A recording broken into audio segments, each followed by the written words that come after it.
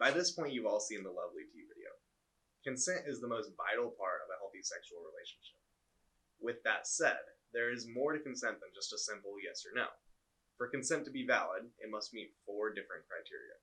It must be clear, willing, coherent, and continuous. Clear means that it is unambiguous. It should be enthusiastic. Willing consent is consent that was not coerced from someone. There is no pressuring someone into giving consent. That's called rape. Coherent consent is consent that is given with an uninebriated state of mind. Lastly, continuous consent implies the ability to withdraw consent at any time during the encounter.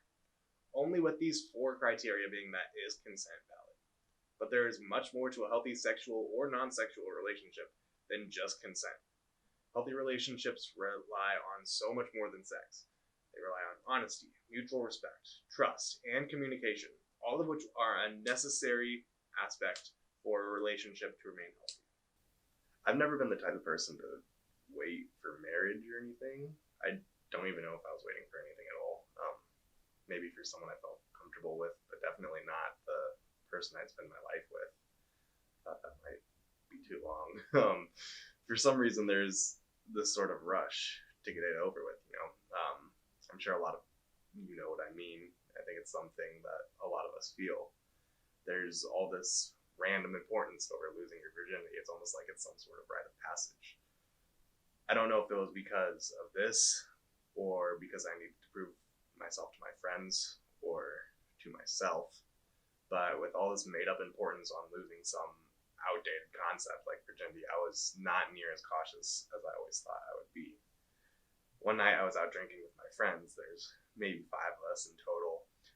3 of the people I knew really well. One of them was me outside of those 3, and then one person that I didn't really know very well. The 3 people that I did know well, I'd spend most of my summers hanging out with them by the pool or doing some sort of random project or another. But the other person I'd never really gotten to know. She wasn't a complete stranger. I'd seen her in school. I think we'd gone to school together for 2 or 3 years before I switched schools. She seemed nice enough.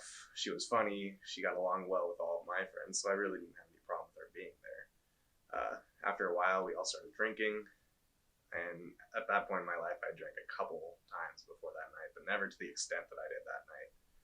I made the mistake of trying to keep up with my much more experienced friends when the only experience I ever really had was church wine and the occasional small drink with my parents on holidays and such.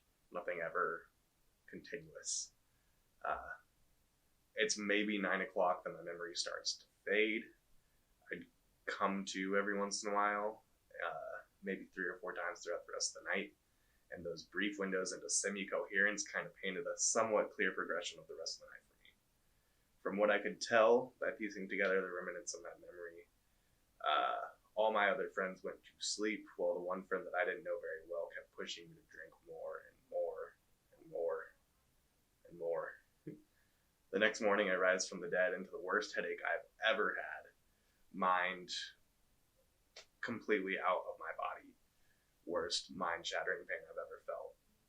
But through the pain, I started to realize where I was. I was in the spare bed next to the girl that fed me alcohol continuously. Now, I don't particularly blame her for what happened. I don't even know the entire story, but I don't believe it was done in malice. But had the circumstances just been slightly different, the consequences could have been much worse than just a bad headache and some regret. But looking back, though, I really do regret a lot of the decisions that I made that night. I'm not completely sure what takeaways I wanted to come out of this experience or what I've learned from this experience, but I would say that I'm a lot more careful of what I drink, how much I drink, and who I'm around. And I've especially learned that rushing to lose something that is really just an outdated concept is completely juvenile and something that I think a lot of us will regret. If you find yourself in a situation in which you feel that your consent has been violated, or if you feel like you are a victim of sexualized violence, Equity in Title IX is the right office for you to reach out to.